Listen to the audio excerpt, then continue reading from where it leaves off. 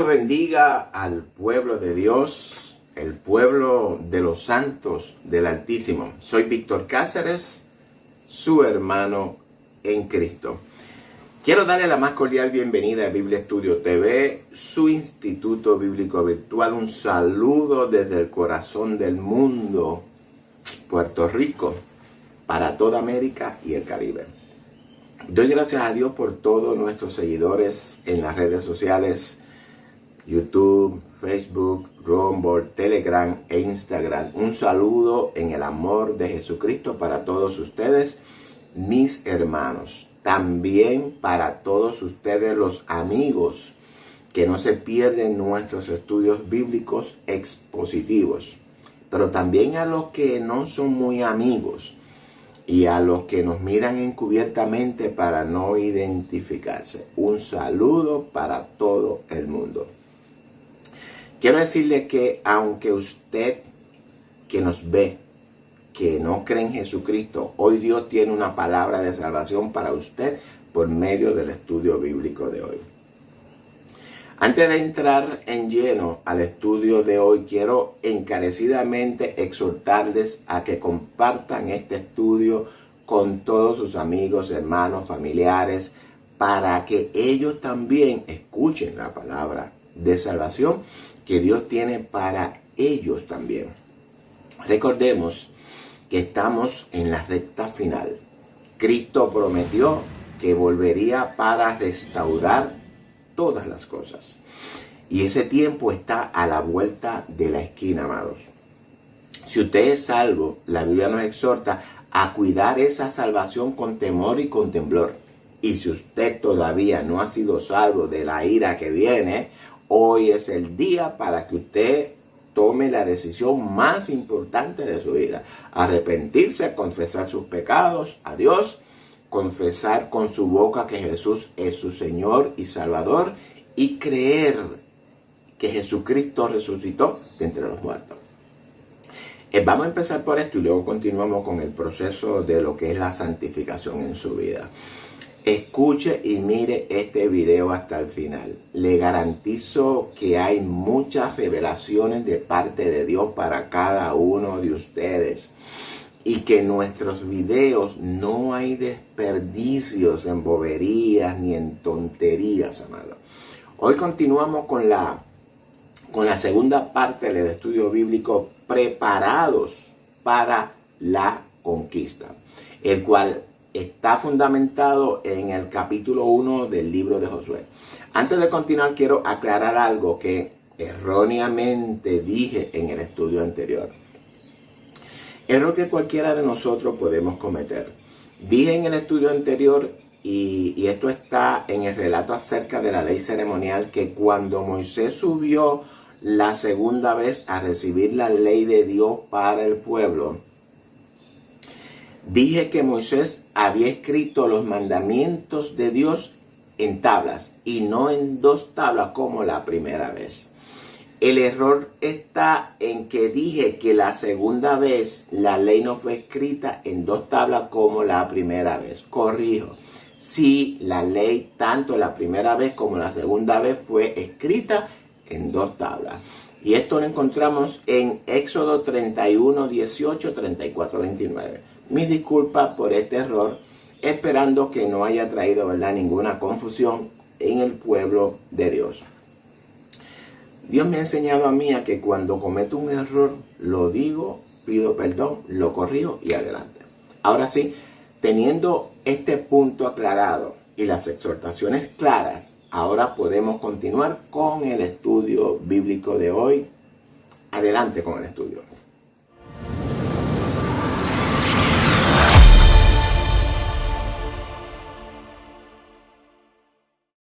Bueno, abran sus Biblias en el capítulo 1 de Josué. Ya hemos explicado expositivamente los textos del 1 al 7 del capítulo 1 de Josué. Si usted no ha visto la primera parte de este estudio expositivo, entonces usted no podrá entender lo que hoy vamos a continuar hablando. Mi exhortación es que antes de mirar este video, busque en YouTube el estudio de la primera parte de preparado para la conquista. Una vez que usted lo oiga y lo mire, medite en estos textos y dialogue con Dios al respecto. Y luego entonces mire y escuche este video y de esa manera usted puede entrar en el contexto.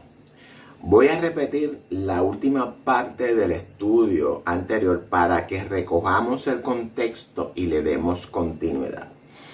En la última sección escudriñamos a 1 de Timoteo 1 del 8 al 11, o más bien del 8 al 10, ya que el 11 no lo tocamos.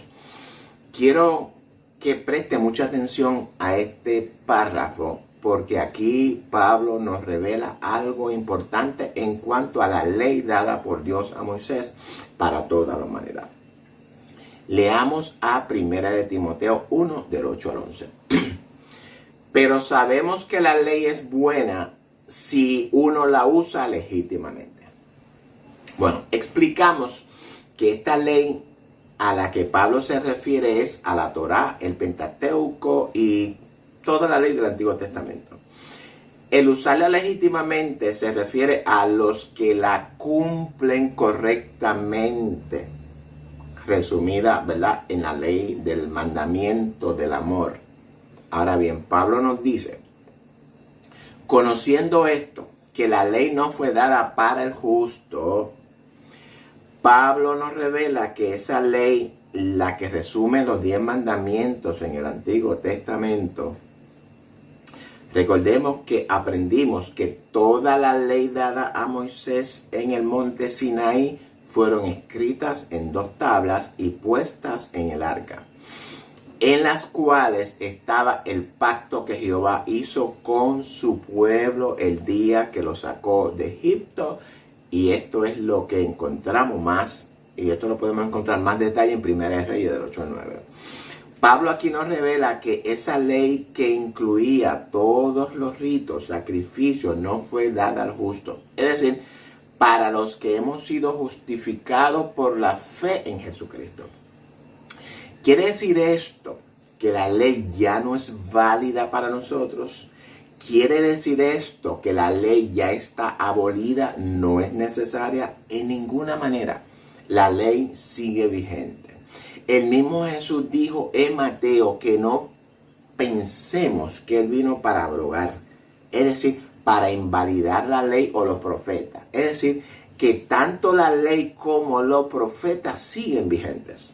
Jesús dijo claramente que Él no vino para abrogar, sino vino para cumplir la ley y todo lo que los profetas hablaron de Él. El que Cristo haya cumplido toda la ley dada por Moisés, ¿verdad?, dada por Dios a Moisés, algo que nosotros erróneamente hemos circunscrito bajo los 10 mandamientos, lo que todos conocemos, la ley tradicional del 1 al 10, no significa que esa ley no esté vigente. El mismo Jesús, por otra parte, también reveló que ni una tilde ni una jota de la ley pasará hasta que todo haya sido cumplido. Ahora bien, al Jesús cumplir toda la ley del antiguo pacto, nosotros también la estamos cumpliendo por medio del gran mandamiento que resume toda la ley, el mandamiento del amor. Amamos a Dios sobre todas las cosas y a nuestro prójimo como a nosotros mismos. Si usted no guarda el mandamiento del amor, entonces usted no ha sido justificado por medio de la fe en Jesús. Resumo. Pablo dice que las consecuencias que arrastra esa ley por no guardarla o ponerla en práctica como Jesús la puso, esas consecuencias no aplican para el que ha sido justificado por medio de la fe en Jesús. Si usted no cumple la ley del amor, entonces usted pertenece al grupo que aplican las consecuencias, o mejor dicho, pertenece al grupo que le van a aplicar las consecuencias, y de estas consecuencias vamos a hablar más adelante. Ya aprendimos que el justo es aquella persona que ha nacido de nuevo, que ha sido justificada por medio de la fe, aquella persona que está de acuerdo con Dios. Esa es una persona justa. Pablo dice que para estas personas la aplicación de todas las maldiciones y castigos por no poder cumplir esa ley, por no obedecerla, no recaen sobre el que ha sido justificado por Jesús. La iglesia tiene que cumplir con la ley de Dios, la misma establecida en el Antiguo Testamento. Jesús dice que si le amamos, que guardemos o pongamos en práctica sus mandamientos o su ley. Estos dos términos se usan indistintamente. Mandamientos y ley es lo mismo. Ahora bien, la guardamos con la diferencia de que ahora no necesitamos las obras de esa ley, por cuantos esas obras eran tipología de Cristo, las cuales fueron cumplidas con su muerte y resurrección. La ley, los 10 mandamientos, siguen vigentes en todos sus aspectos, menos las obras que las rodeaban. Ahora la iglesia cumple la ley de Dios espiritualmente, es decir, la cumple en el corazón. Y cuando hablamos del corazón, hablamos de nuestra mente, nuestro hombre interior, como nos explica Pablo en Romanos 7. Estamos hablando de una conducta agradable delante de Dios y también de los hombres. Una conducta totalmente diferente a la que teníamos antes de ser justificados por Jesús. Y esa ley la cumplimos por medio del gran mandamiento que resume toda la ley, llamado amor. Ahora bien, dice Pablo, verso 9, conociendo esto, que la ley no fue dada para el justo, y esto es lo que acabamos, ¿verdad?, de explicar, sino para los transgresores y desobedientes, para los impíos y pecadores, para los irreverentes y profanos, para los patricidas y matricidas, para los homicidas, para los fornicarios, para los sodomitas, para los secuestradores, para los mentirosos y perjuros, y para cuantos se opongan a la sana doctrina. ¿A cuál sana doctrina se refiere Pablo? A la doctrina del Evangelio, a la doctrina de Jesús, las enseñanzas de Jesús por las cuales somos transformados en nuevas criaturas y conformados a su imagen. Esa es la sana doctrina a la que Pablo se refiere. Es decir, que todos los que se oponen a una transformación, regeneración, nuevo nacimiento con la conversión de Cristo, es decir, a ser conformado a la imagen de Jesús, no son considerados justos delante de Dios. Ahora bien, Pablo dice que esa ley resumida en los 10 mandamientos del Antiguo Testamento, incluyendo el sacrificio de animales, con la diferencia de que ahora esos animales no están por cuanto eran figura de Cristo. Todas las maldiciones descritas por la desobediencia de la ley, las cuales encontramos en Deuteronomio 28, capítulo que recomiendo que lo lean para que refresquen sus mentes y dejen de pensar en pajaritos preñados. Todas esas maldiciones recaen en la actualidad sobre todas estas características, conductas rebeldes, actitudes rebeldes, iniquidades y sobre todas estas transgresiones que acabo de leer.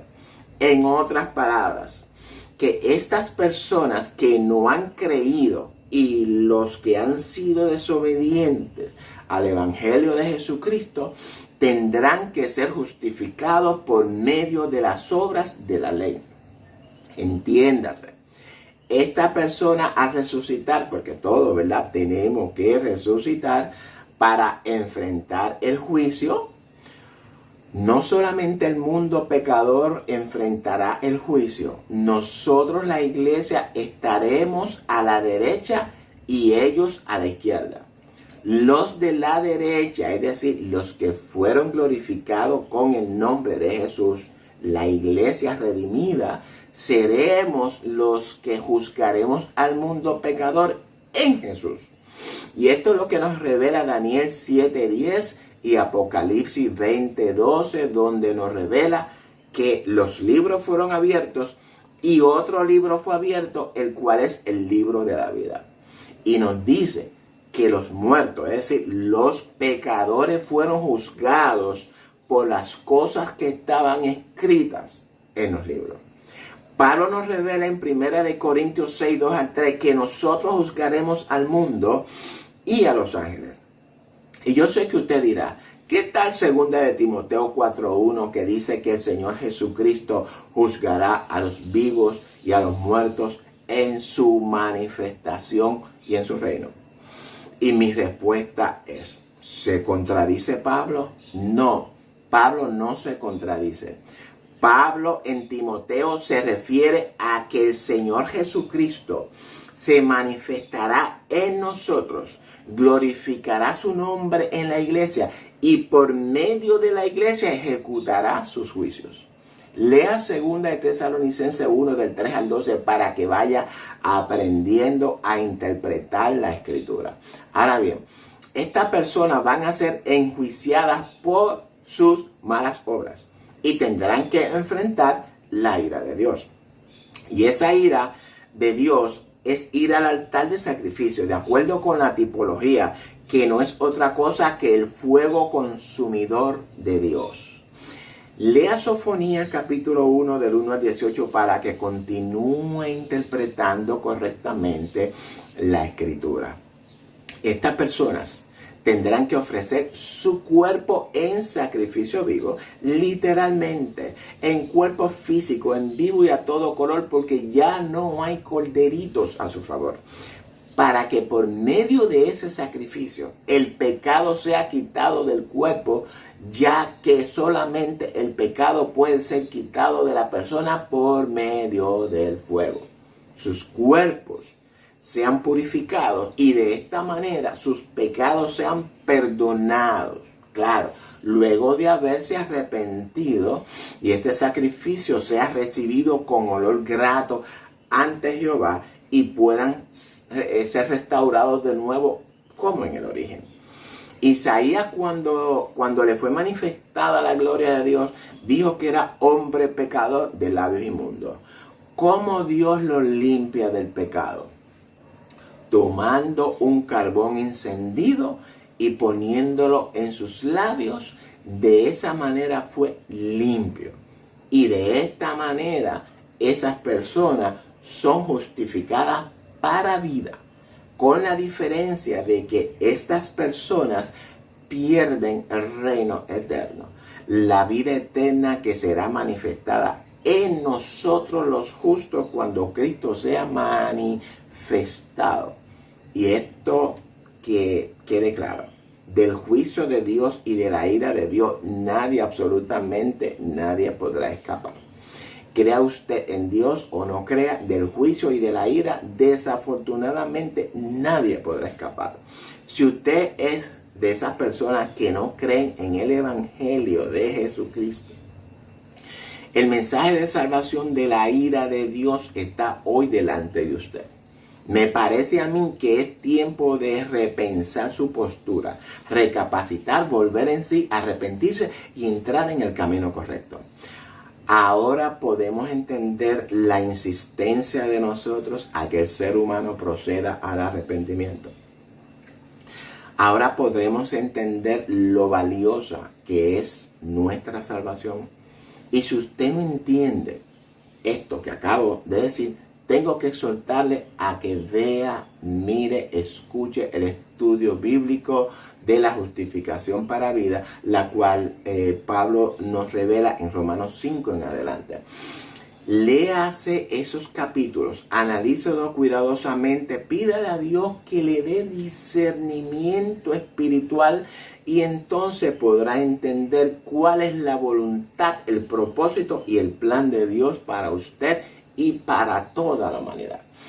Y con el verso 11 terminamos a 1 de Timoteo 1 del 8 al 11. según el glorioso evangelio del Dios bendito que a mí me ha sido encomendado. Es decir, que las consecuencias de la desobediencia a esta ley no van a ser aplicadas a los justos por cuanto ya no vivimos conforme a esa ley. Es decir, conforme a las obras que rodeaban esa ley, sino que ahora vivimos conforme al Espíritu. Y la aplicación de las consecuencias por la desobediencia de esa ley va a ser aplicada a los que no conocieron a Dios ni obedecieron el glorioso evangelio de Jesucristo. No lo invento yo, no lo inventó Pablo. Es la verdad revelada a Pablo para todos nosotros. Y para terminar con este asunto relacionado a la ley, un texto más que se encuentra en Romanos 10:4.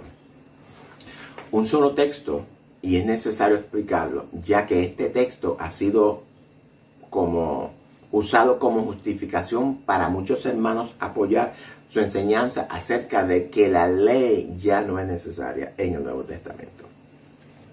El texto lee de la siguiente manera, Romanos 10:4. Porque el fin de la ley es Cristo para justicia a todo aquel que cree. Si nosotros como estudiantes de la Escritura no logramos tener una correcta comprensión e interpretación de la Escritura en el contexto general, no podremos comprender textos que por medio de la manera en la que se ha traducido pudieran llevarnos a obtener una interpretación errada. Este texto ha sido muy mal interpretado en nuestras congregaciones, porque interpretan que con la llegada de Cristo ya nosotros no tenemos que cumplir la ley de Dios establecida en el Sinaí. Y estas son doctrinas que matan en nuestras iglesias evangélicas. Perdón. Ahora bien, ¿cómo podemos interpretar lo que Pablo nos quiere transmitir en este verso 4?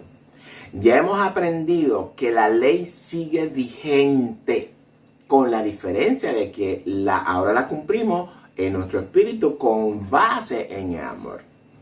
El problema radica en la traducción fin, y es en esta en la que nos vamos a enfocar. Este término que fue traducido como fin es el término hebreo telos, que significa el objetivo final, propósito, como cierre con todos sus resultados. Telos se refiere a la consumación, no a la terminación. Esta expresión griega nos transmite las diversas etapas que se alcanza para pasar al pleno desarrollo o un significado eterno. Por consiguiente, Cristo es el fin, Cristo es la consumación de la ley. Cristo trajo todos los componentes del Antiguo Testamento a su completo cumplimiento por medio de su vida y muerte perfectas. El término telos solo significa perfección en el sentido de haber alcanzado el fin al que está destinada una persona o una cosa. Por tanto, iglesia, recapacitemos en la manera de interpretar las Escrituras. Pablo no quiso decir que con la llegada de Cristo toda la ley establecida en el Antiguo Testamento ya no es necesaria. Cristo pone fin a todas las figuras tipológicas, sombras que eran para mostrarle al mundo a Cristo. La promesa hecha a Abraham, al Cristo ser la consumación de la ley, de toda la ley, eso lo que significa es que toda la ley está vigente en Cristo. El único cambio que hubo, no eliminación, sino una sustitución, fue en la orden de culto de los sacrificios, que primero era según el orden arónico, es decir, un orden humano. Ahora fue sustituido por el culto de los sacrificios según el orden de Melquisedec. El culto de sacrificio sigue vigente, con la diferencia de que antes los sacrificios eran literales y ahora los sacrificios son espirituales. espirituales. Romanos 12:1 nos dice que presentemos nuestros cuerpos en sacrificio vivo. Nuestros cuerpos que en el antiguo pacto fueron sustituidos por animales. Eran cuerpos de animales vivos para el sacrificio. Ahora dice Pablo que presentemos nuestros cuerpos en sacrificio vivo, santo, agradable a Dios, que es nuestro culto diario. Por tanto, hermanos, los sacrificios no han terminado, siguen vigentes. Lo que ha cambiado es la forma en la que los ofrecemos. El sacrificio al cual Pablo se refiere es un sacrificio en el Espíritu, por cuanto ya Jesús nos sustituyó en su muerte. Por tanto, iglesia, dice Jesús que ni una jota ni una tilde pasará de su ley hasta que todo sea perfeccionado. Hoy día la ley de Dios sigue vigente, pero ahora la cumplimos amando a Dios sobre todas las cosas y a nuestro prójimo como a nosotros mismos.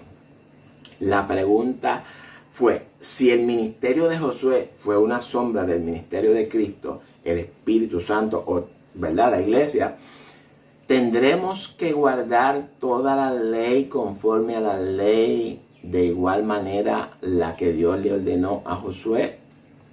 La respuesta es sí, tenemos que guardar toda la ley como Dios la mandó a Josué. La obediencia a la ley de Dios o sus mandamientos nos tienen promesa de bendición para usted y para mí. Y con esto cierro la explicación de Josué capítulo 1 y el verso 7. Ahora vamos a continuar con el verso 8, luego que en la primera parte del estudio escudriñamos los versos del 1 al 7. Preparados para la conquista, parte 2. En esta segunda parte también vamos a incluir algunos versos que están dentro del contexto de Josué, los cuales de igual manera también han sido muy mal interpretados por algunos de nuestros hermanos.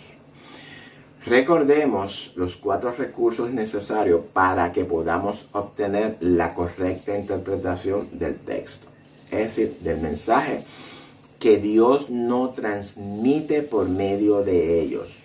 El primer recurso es el Espíritu Santo, que es la mente de Cristo, su vida, sus pensamientos y la vida eterna obrando en usted y por medio de usted. Si usted no está consciente de esta verdad, usted no puede estar consciente de ninguna otra verdad. Segundo, buscar la guía del Espíritu en oración y en el estudio bíblico, ya que el Espíritu es el único que nos guía a toda verdad, porque Él es el inspirador de la Escritura.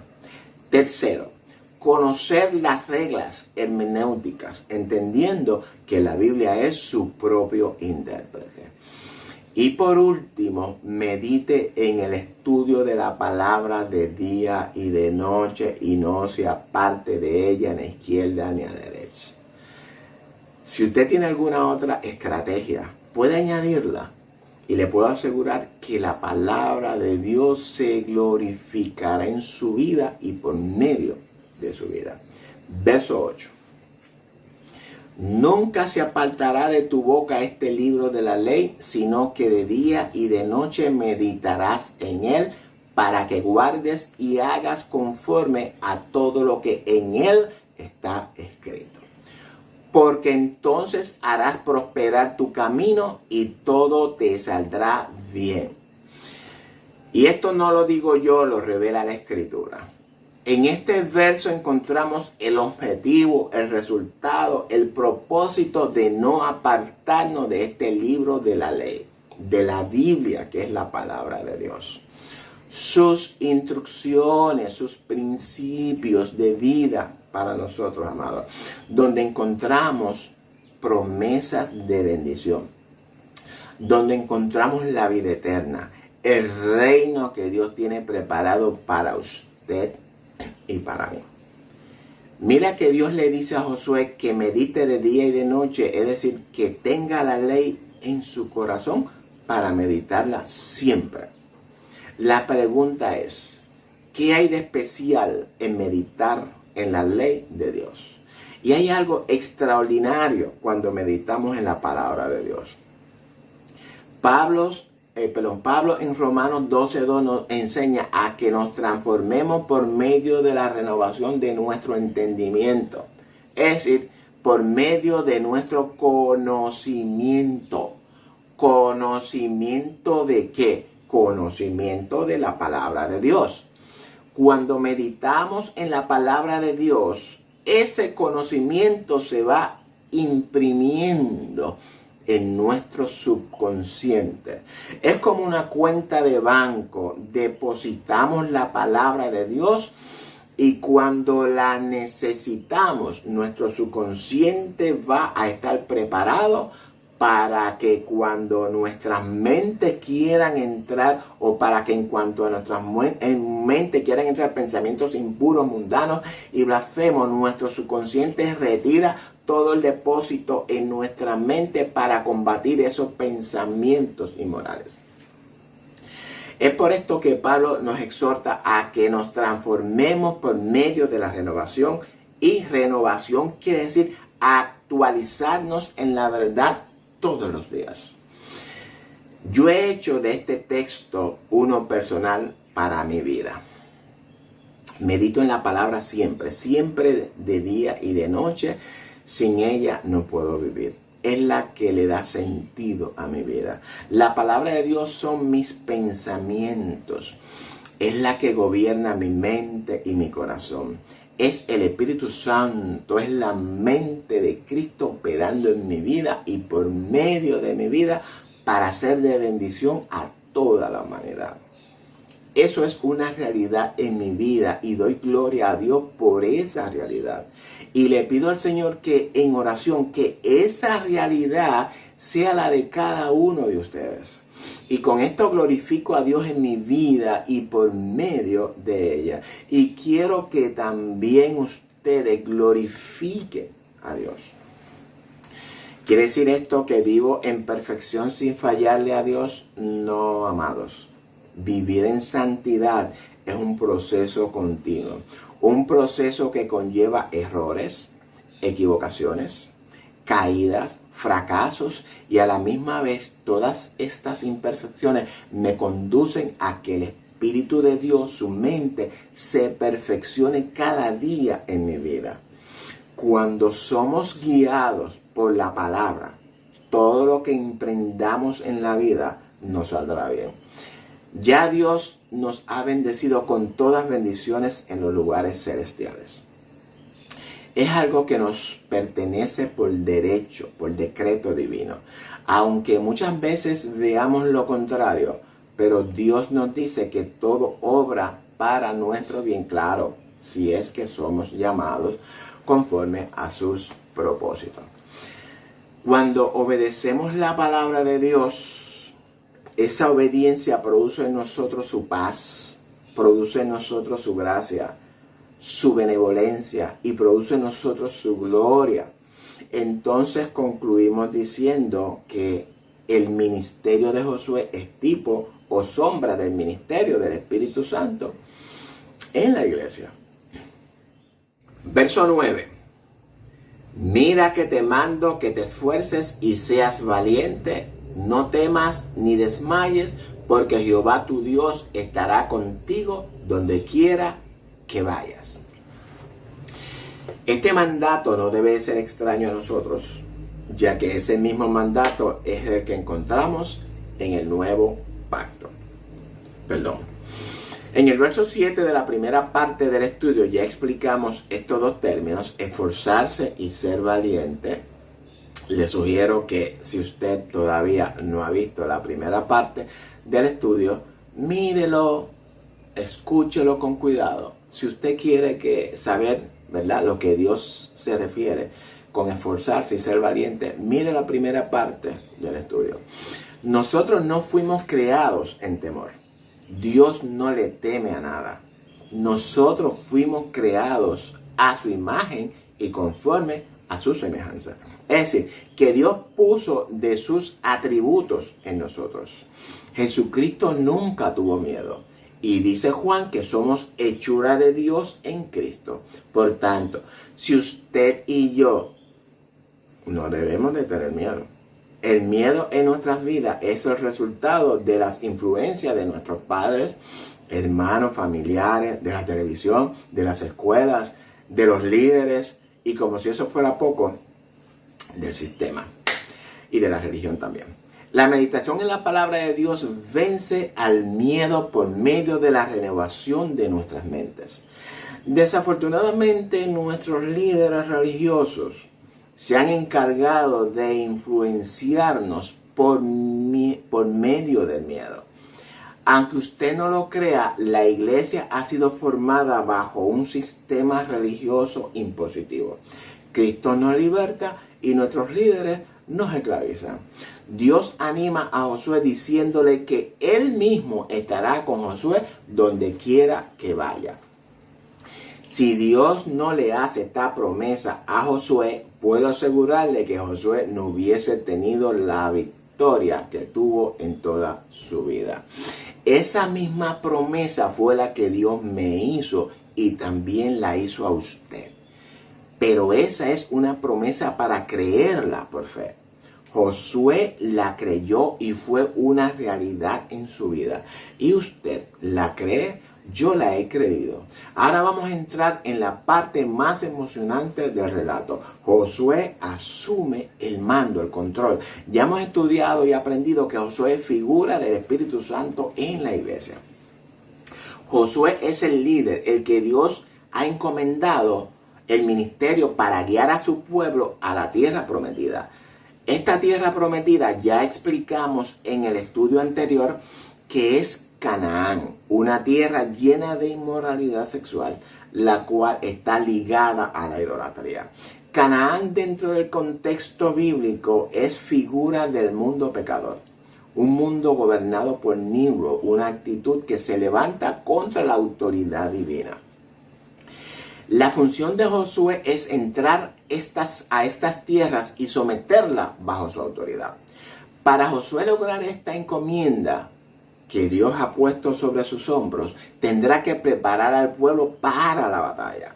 Dios le dice a Josué que todo territorio que pisara la planta de sus pies fue entregado en sus manos. Ahora bien, también aprendimos que todas estas batallas que Josué enfrenta para poder conquistar la tierra prometida son batallas literales, reales, de acuerdo, ¿verdad?, con la narración bíblica. Sin embargo, intrabíblicamente hay un mensaje espiritual que Dios quiere revelarnos en estas historias de conquista de parte de Josué y el pueblo de Israel. Israel ya también aprendimos que significa congregación de naciones gentiles.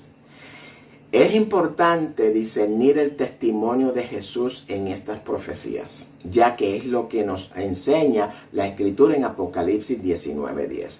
Cuando hablamos de profecías, no podemos circunscribir esta palabra solamente a los eventos futuros o escatológicos.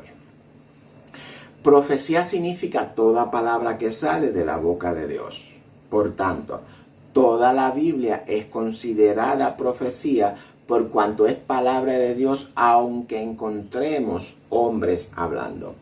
Y nosotros como estudiantes de la Escritura, es nuestra responsabilidad discernir el testimonio de Jesús en cada narración bíblica, desde el Génesis hasta el Apocalipsis.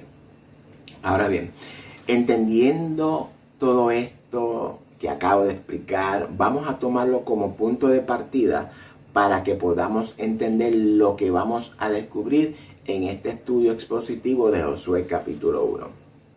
Continuamos con el verso 10. Y Josué mandó a los oficiales del pueblo diciendo: pasad por en medio del campamento y mandad al pueblo diciendo: preparaos comida, porque dentro de 3 días pasaréis el Jordán para entrar a poseer la tierra que Jehová vuestro Dios os da en posesión. Y aquí encontramos uno de los textos más reveladores de este pasaje. Dice el relato que Josué mandó a los oficiales del pueblo, es decir, del pueblo de las 12 tribus.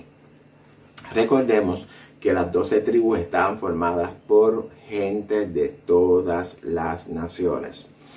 Esto es importante tenerlo en mente a la hora de analizar los textos del Antiguo Testamento.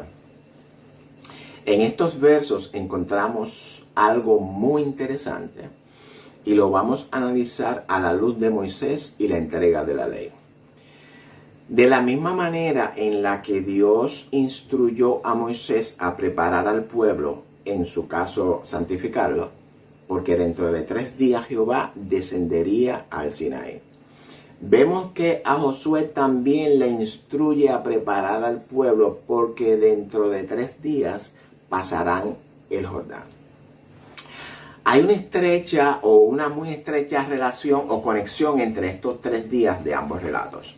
En ambos relatos encontramos una manifestación.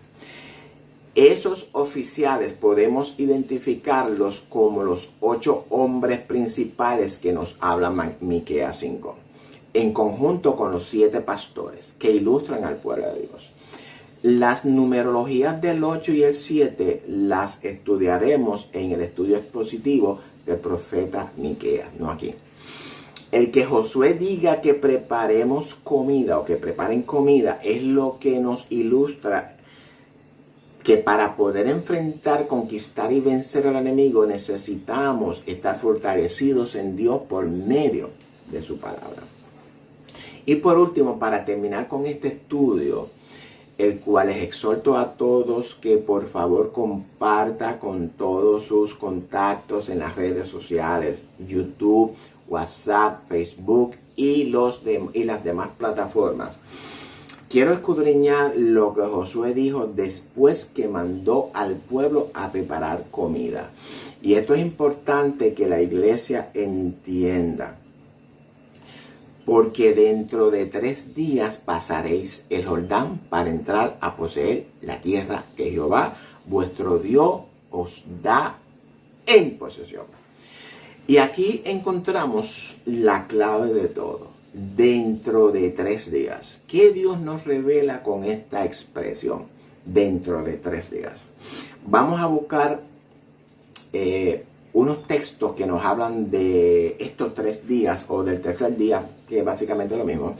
Esta expresión 3 días o al tercer día está manifestada en toda la escritura y todas de una manera u otra se relacionan con lo mismo, con la manifestación de la gracia de Dios. El número 3 es uno de los números más significantes en la escritura. Su propósito es el de revelar, manifestar, documentar algo como hecho. El número 3 también se relaciona y creo ciertamente que es uno de los significados más importantes que tiene para nosotros la iglesia. Se relaciona con la victoria, con la culminación de los propósitos y el plan de Dios. En el caso de Jesús, su victoria fue manifestada al tercer día por medio de su resurrección. Y esta victoria está conectada con el resultado de la voluntad de Dios, el reino. Hay cientos de textos, pero solamente voy a escoger un par de ellos. Podríamos estar aquí horas y horas escudriñando el número 3 en la escritura. Vamos a ir a Éxodo 19 cuando Dios se le revela en el monte Sinaí. Vamos a leer del 15 al 18. Y dijo al pueblo, está preparado para el tercer día. No toquéis mujer. El no tocar mujer nos revela la santidad que nosotros al momento de nuestro encuentro con Jesucristo en su venida. En Apocalipsis se nos revela que los 144,000, es decir, la iglesia, son los que no se contaminaron con mujeres, pues son vírgenes. Somos los que hemos sido, los que seguimos al Cordero por donde quiera. Somos los redimidos de entre los hombres para Dios y para el Cordero. En otras palabras, que el pueblo de Dios debe de estar preparado para el encuentro con nuestro Dios, sin manchas delante de Dios. Ese encuentro será al tercer día. Y de este tercer día vamos a hablar más adelante. Verso 16. Aconteció que al tercer día, cuando vino la mañana, vinieron truenos y relámpagos, y espesa nube sobre el monte, y sonido de bocina muy fuerte. Y se estremeció todo el pueblo que estaba en el campamento. Aconteció que al tercer día, es decir, antes de Dios manifestársele al pueblo, dice Moisés que vinieron truenos y relámpagos. Y estas son señales que se manifestarán el día de Jesucristo. En Apocalipsis 11 dice que hubo relámpagos, truenos y el terremoto más grande que haya ocurrido. Y este pasaje habla dentro del contexto de los dos testigos, que como todos saben, esos dos testigos simbolizan al pueblo de Dios guiado por el Espíritu Santo. Y en este contexto es referente a la segunda venida de Cristo a la tierra. Entonces, este tercer día que nos habla en Éxodo 19 está paralelamente relacionado a la manifestación del Señor en el postrer día. Y de igual manera que Josué diga que dentro de 3 días pasaréis el Jordán para entrar a poseer la tierra que Jehová vuestro Dios os ha dado en posesión. Estos 3 días también nos ilustra el día en el que nosotros entraremos a nuestra tierra prometida, que en el Nuevo Testamento es tierra nueva y cielos nuevos. Esta numerología del 3 es importante tomarla en consideración cuando estudiamos los textos. En lo que Dios habla del número 3 o el tercer día o el tercero o 3 días, hoy, mañana, pasado, como quiera. Verso 17. Y Moisés sacó del campamento al pueblo para recibir a Dios y se detuvieron al pie del monte. Todo el monte Sinaí humeaba porque Jehová había descendido sobre él en fuego y el humo subía como el humo de un horno y todo el monte se estremecía en gran manera. Dice el verso 17 que Moisés sacó del campamento al pueblo para recibir a Dios.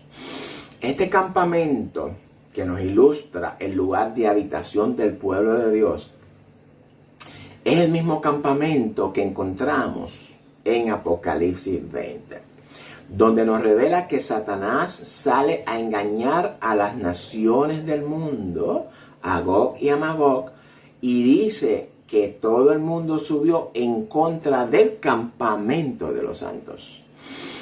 Y dice el texto que de Dios descendió fuego del cielo y los consumió. ¿A quién consumió el fuego de Dios? Esta es una simbología para expresarnos la ira de Dios sobre toda la humanidad. No voy a entrar en la ira ahora, pero sí más luego. Según el texto de Éxodo, este hecho ocurrió literalmente en ese entonces. El pueblo tenía que estar en pureza para poderse encontrar con Dios. Es por eso por lo que dijo, no toquéis mujer. Ahora bien, ¿qué significa sacar el pueblo del campamento? Y hablo en lo espiritual. Recuerden que el testimonio de Jesús es el espíritu de la profecía. Y esto es lo que nos registra Éxodo. Es profecía, porque es palabra de Jehová. Sacar el pueblo del campamento significa que para que podamos encontrarnos con Dios, primeramente tendremos que ser transformados, resucitados si estamos muertos. Esta escena del Éxodo es sombra o figura del arrebatamiento que nos revela Pablo. Y dice que el texto que Dios descendió sobre el monte, y este término monte en este contexto nos revela al reino, es decir, a la iglesia. Dice el texto que Dios descendió sobre el monte en fuego, como descendió el día de Pentecostés sobre la iglesia. Pablo revela en 2 Tesalonicenses que Dios viene en llamas de fuego para dar retribución. Y este mismo pasaje lo encontramos en Apocalipsis 11:18. Léalo, analícelo a la luz de Éxodo 15. Otro texto más. Oseas 6:2. Nos dará vida después de 2 días. En el tercer día nos resucitará y viviremos delante de él. Este es otro texto que nos arroja mucha luz referente a la segunda venida de Cristo a la tierra. Aquí encontramos dos numerologías separadas que a la misma vez están estrechamente relacionadas. Primero, Oseas nos dice que Dios nos dará vida después. Y esta traducción no aplica en el texto. Debió de ser traducido a través de 2 días. Antes de hablar de los 2 días, quiero definir Dios nos dará vida.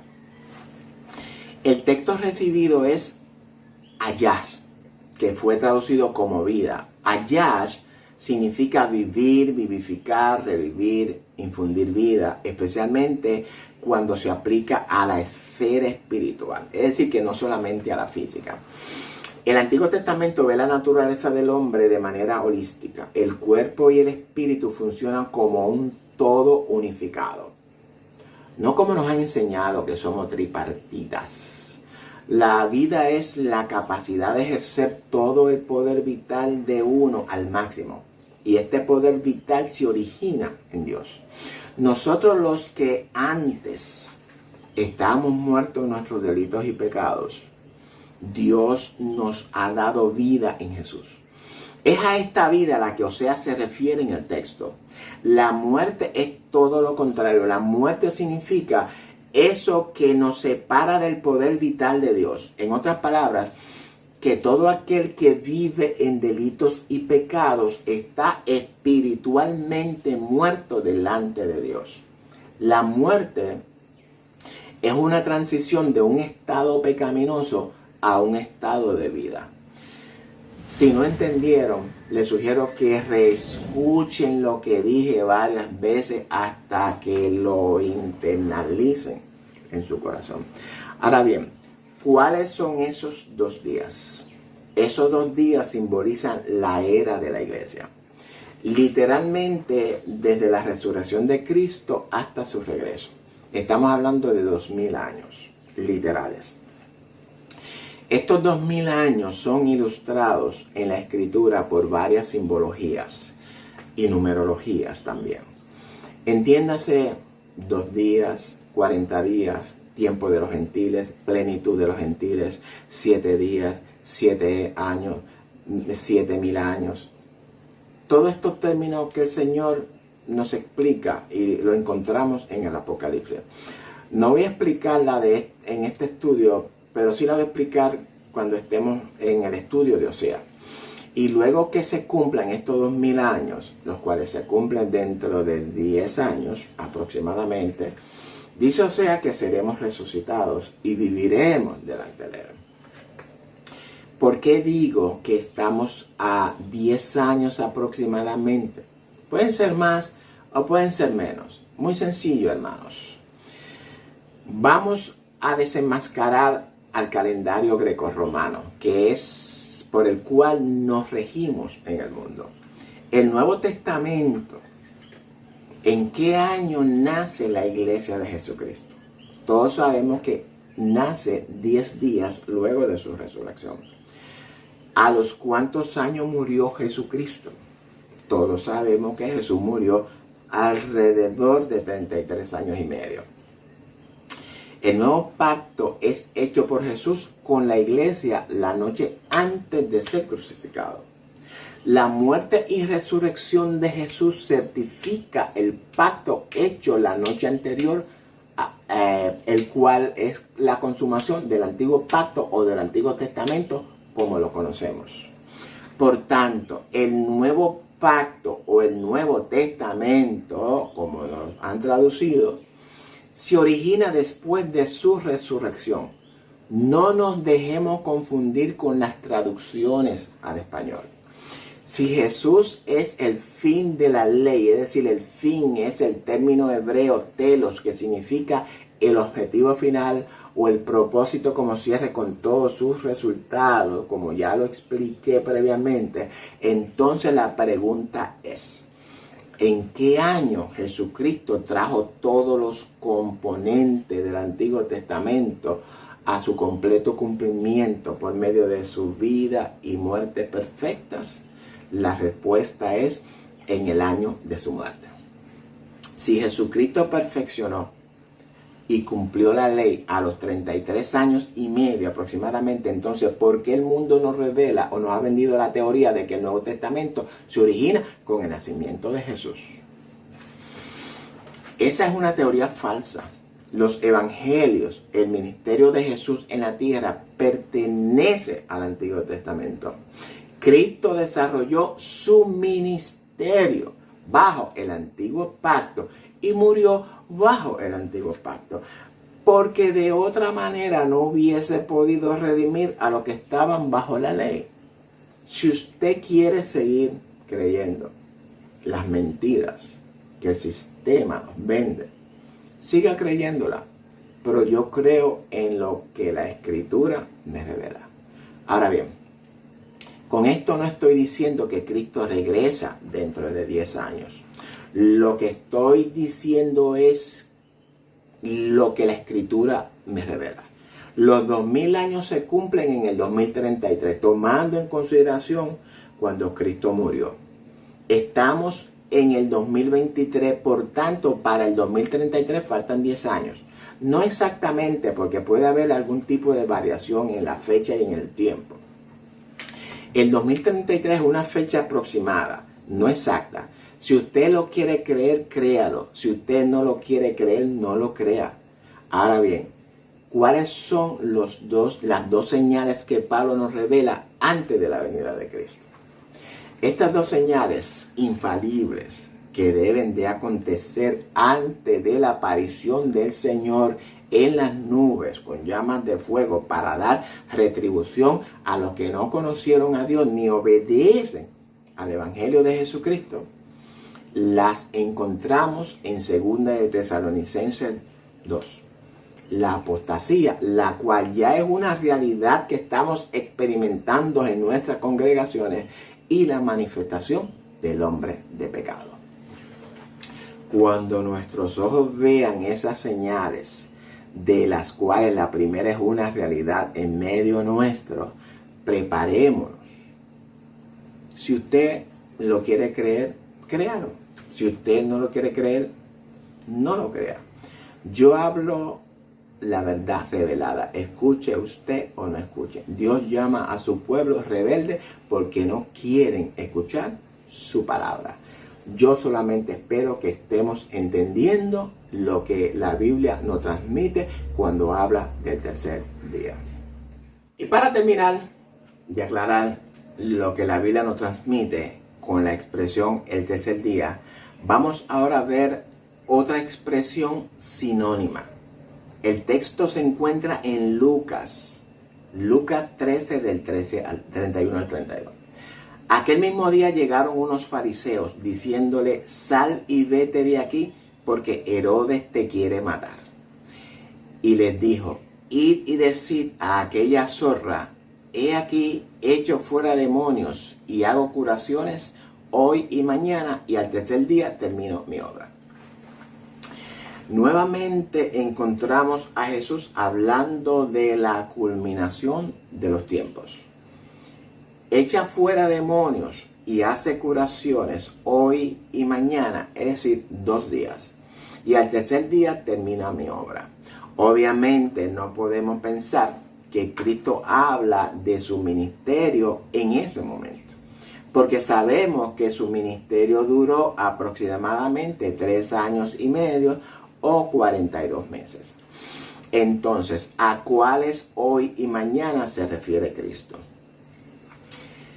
El echar fuera demonios y hacer curaciones son expresiones que ilustran el ministerio de restauración y santificación de los que se van añadiendo a la iglesia. El actuar en nosotros hoy y mañana, es decir, 2 días, en otras palabras, que su ministerio en la iglesia será por 2000 años. O los 2 días de Oseas, y que al cumplirse esos 2000 años, dice Jesús, que terminará su obra en la iglesia. Recordemos que Dios prehorizontó toda la historia en Cristo. Es decir, que Dios establece previamente los límites de la creación para que todas las escenas físicas de la vida sirvan a las personas, no las controlen fatalísticamente. En otras palabras, Dios predestinó todas las escenas de la vida, excepto las voluntades de los hombres. Dios establece límites, es decir, fija un tiempo para todo. Y si usted quiere continuar buscando los textos que hablan del tercer día, le exhorto a que suelte la televisión, las redes sociales, las películas de entretenimiento, los juegos, y póngase a escudriñar la Escritura. Recuerde que Dios va a juzgar todo detalladamente lo que usted hace en la vida. Si sus obras son de hojarasca o madera, cuando Dios descienda en llamas de fuego, sus obras serán quemadas y perderá el reino. El nombre de Jesús no será glorificado en usted, y aunque usted será salvo, pero no es lo mismo ser salvo por el fuego a ser salvo por la gracia y la justicia de Cristo. La pregunta es, ¿qué usted va a hacer con todos estos textos? ¿Continuar tirándolos a la basura como hemos hecho hasta hoy? Concluyo. Ya hemos aprendido el paralelismo que existe entre el ministerio de Josué y el ministerio de Jesús en la iglesia. Hemos probado bíblicamente esta enseñanza que nos revela la Escritura. El Antiguo Testamento es relevante para la iglesia.